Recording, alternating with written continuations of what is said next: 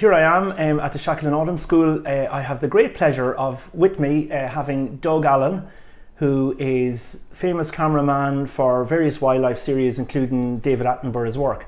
So Doug is speaking tomorrow, Sunday, and I have the opportunity to ask him just a few questions about what are you going to talk about, Doug?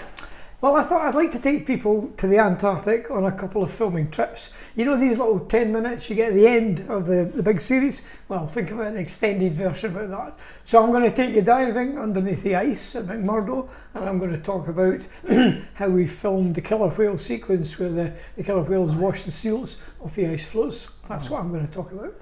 Okay, well look, that's absolutely fascinating, you know, and I'm sure the people watching this who can't make it, there's people in Australia, New Zealand, all over the world watching, so he is exactly as he says, okay?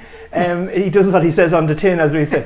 But Doug, in your lifetime, if it's fair to say that, in going to Antarctica, what age were you when you went first? I went to the Antarctic first when I was only 24. Okay. Went in 1976 as a scientist, as a diver, and in a way that's where I discovered photography. I was interested in getting photographs of the lifestyle on base and also the underwater animals. And then it was a chance meeting with the great man David Attenborough in 1981 that I worked with his film crew for just a couple of days, and it was just such a wonderful experience that I thought I could make the move from what I'm doing now to becoming a wildlife filmmaker, and that was it.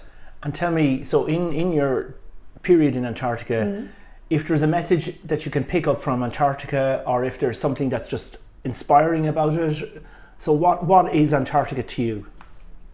Well, the interesting thing about Antarctica is a very non-political continent. Scientists have been looking after it for the last 70 years, and they've done a much better job than the politicians have done with the rest of the world, to be frank.